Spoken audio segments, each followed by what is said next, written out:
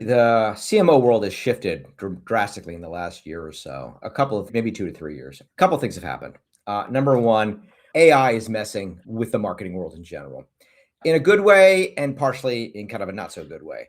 So, what AI does beautifully is it accelerates some of your activities. But if you have a bad strategy or a bad process or bad processes, it just is going to accelerate your downfall.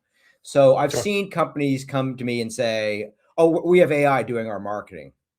AI cannot do your marketing. Hmm. AI can support your marketing efforts. AI can Yeah. accelerate your marketing efforts if they are smart.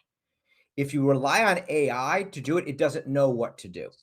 It just doesn't. Sure. That's why I think there was a number out of an MIT study that like 90% of AI implementations are failing right now because they're Yeah, asking it what I to heard do. that too. It was like a huge number that Yeah. it's just basically a lot of failures. Yeah. And this is nothing new. People buy this silver bullet and think it's going to solve my problems. No, it's a tool. It's a tremendous tool. It can do a lot of good. But at the end of the day, it has no human intelligence, emotional intelligence. It has no ability to develop, really can't develop strategy.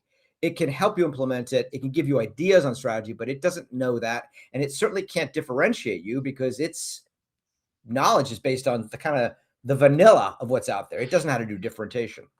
So that's the first thing, AI.